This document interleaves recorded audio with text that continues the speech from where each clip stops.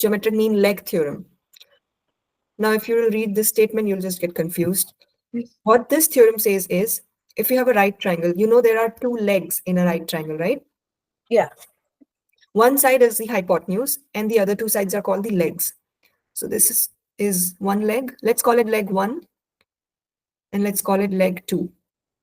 Okay, so each leg will be actually equal to the geometric mean of the hypotenuse and the segment which is adjacent to that leg. So leg 1 will be equal to the geometric mean of the hypotenuse. Hypotenuse is AC. Mm-hmm. And the segment which is adjacent to that leg. So for leg 1, the segment which is adjacent is AD, right? So this is AD. And for leg 2 will be equal to the geometric mean of the hypotenuse, so AC, times the segment which is adjacent to leg 2. Okay, so times DC. Okay? Yeah. And you can simplify it. You can say that this will be leg 1 square will be equal to AC times AD, and leg 2 square will be equal to AC times DC. They've just given them some fancy names to the theorems, geometric mean leg theorem, but these are just actually results of similarity. Because see, the triangles, if these triangles will be similar, so if you set up the ratio, you will get this. You will exactly get this. You will get hypotenuse over leg will be same as leg over part, because they will be similar. Okay. Okay, anyway. Let's do one question. Wow, you have x, y, and z, and the value of x, y, and z. Okay. We can Let's do try. 15. Okay, let's do 15. We have to find out x, y, and z. Okay, so first identify which two sides are the legs. I think it would be better if we give some names to the vertices. A, B, C, D. So you can see that AB is the hypotenuse. Mm-hmm. This is hypotenuse.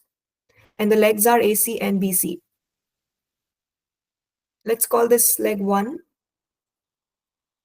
So this is leg 2. Okay. So your leg 1, that is Z, that will be equal to the geometric mean of the hypotenuse. Hypotenuse is 20 plus 20? x. 20 plus No. x. Yes, 20, okay. This is x and this is 20. Okay. So Yeah. let's write z square is equal to 20 plus x times the segment which is adjacent to leg 1, which is x. So times x. Okay. But how will you find out the value of x? You have two variables. Maybe we can do something with 20 and 8 first. Exactly. First, you can find out the value of y using Pythagorean theorem. Oh, right. Consider this triangle DBC. Okay, so 8 squared plus 20 squared. 20 squared. Wait, I thought. Oh, yep. Y, for this triangle, y is the hypotenuse. So 64 plus 400 equal to y squared. 464 is equal to y squared. What's the square root of 464? It should be something more than 21, because square of 21 is 4. Square of 21 was what? 441, right? Yeah. So it should be 21 point something. It is 21.5. 25. Yes. Anyways. Okay. So we know the value of y. That's good. This is 21.5. Okay. Okay. Still, how will we find out the value of x and z?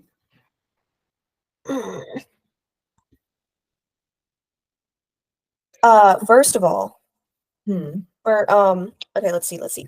BA, so BA, no. I think it's something else. BAB, whatever, I'm saying BA squared. No, it's not it. What about we can do AC squared is equal to Hmm. 20 squared plus x squared? Hmm. V square is equal to 20 square plus x square? Yeah. Oh. Wait, how? There are one. What was the first theorem? BD is equal to AD times AC. Wait. Yeah, first you should use that theorem, Adviti. The first theorem, geometric mean altitude theorem. If you see the altitude is CD, so CD square will be equal to DB times DA. So CD. I'm using the first theorem, okay? This one. This will give us the value of x. So CD 8 squared 64 is equal to 400. 400? Yeah. Oh, no, 20. Yeah. Oh, line. So Square. 64 over 20 will give us x. So that will be 3.2. Yeah. Okay, so x is 3.2. And now we can find out the value of z using the leg theorem. So z will be equal to geometric mean of the hypotenuse. Hypotenuse is 20 plus x, which is 23.2. Also, can't we also use the Pythagorean theorem? Yes, you can. You can use Pythagorean theorem. But we're forced to use this theorem. We are doing the section of geometric mean leg theorem. But you can use Pythagorean theorem as well, absolutely. You should get the same answer.